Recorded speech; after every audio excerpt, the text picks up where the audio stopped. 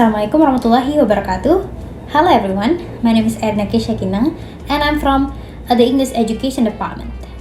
Have you guys ever wondered why some students can read very fluently while others struggle even with simple words? Well, according to Judy Willis, the answer is connected to how the brain works. Today, I'd like to review and introduce a very interesting book entitled Teaching the Brain to Read: Strategies for Improving Fluency, Vocabulary, and Comprehension, written by Judy Willis.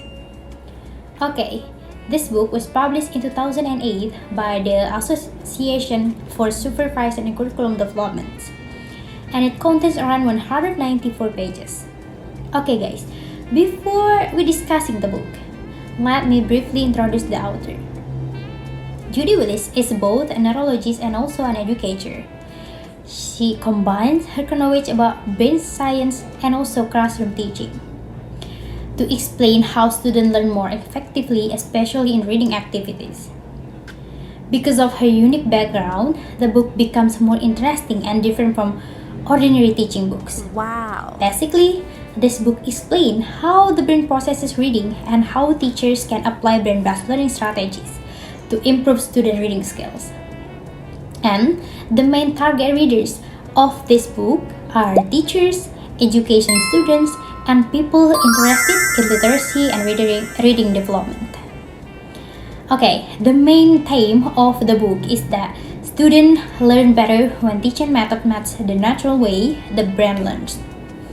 And then, Judy Willis also emphasized that reading is not only about pronouncing words, but also about understanding meaning, building connection, and also developing confidence. The book is divided into several chapters. Let's we begin to the first chapter. The first chapter discusses reading and decoding skills. In this chapter, the author explains how children recognize sounds, letters, and word patterns before becoming fluent readers. She also explained phonic awareness and how the brain responds to reading language. And then, the second chapter focuses on patterning strategies. Judy Willis explained that the brain naturally searches for patterns while learning. Because of that, teachers are encouraged to use activities involving repetition, categorizing, matching sounds, and multisensory learning. The next chapter talks about reading fluency. The chapter explains that repeated reading activities and meaningful practice can improve student reading speed, accuracy, and also confidence. Another chapter discusses barriers to reading fluency. Judy will explain that stress, fear, and low motivation can negatively affect student learning process. Therefore, teachers need to create a positive and supportive classroom environment. Okay, the following chapter discusses vocabulary development. In the section, the author shares several strategies to help students remember vocabulary more easily through repetition, visualization, and also meaningful activities. And then, finally, the last chapter explains reading comprehension. The chapter highlights the importance of connection text with student background knowledge. So, students can understand reading materials more deeply and also critically. Now, I would like to talk about the strengths and the weakness of this book. First, one of the strengths is the combination of neuroscience and education. And then, Judy Willis explains scientific concepts in simple language, so readers can understand how the brain works during reading activities. This makes the book informative and also unique. And then the second, the book provides many practical classroom strategies. For example, the author suggests multisensory activities, pattern recognition exercise, and also interactive reading tasks that teachers can directly apply in their classrooms. Okay, the third, the book pays attention to students' emotion and then the motivation.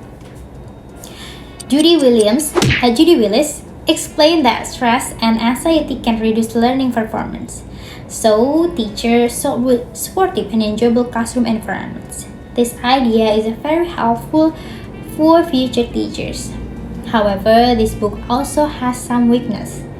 First, some scientific explanation are quite detailed and may be difficult for readers who don't have a background in neuroscience. Because of that, some parts require extra concentration to understand. And then the second, several strategies in the book are more suitable for younger learners, especially elementary students.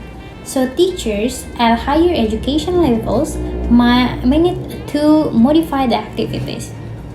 And the third, the book focuses mostly on theory and classroom strategies, but it does not provide many real classroom case studies or detailed step-by-step lesson plans. Some readers may want more practical examples. Even with those weaknesses, I still think this book is a very valuable, especially for English education students and future teachers. If you guys want to become a teacher who understand not only what students learn but also how students learn, this book is highly recommended for you.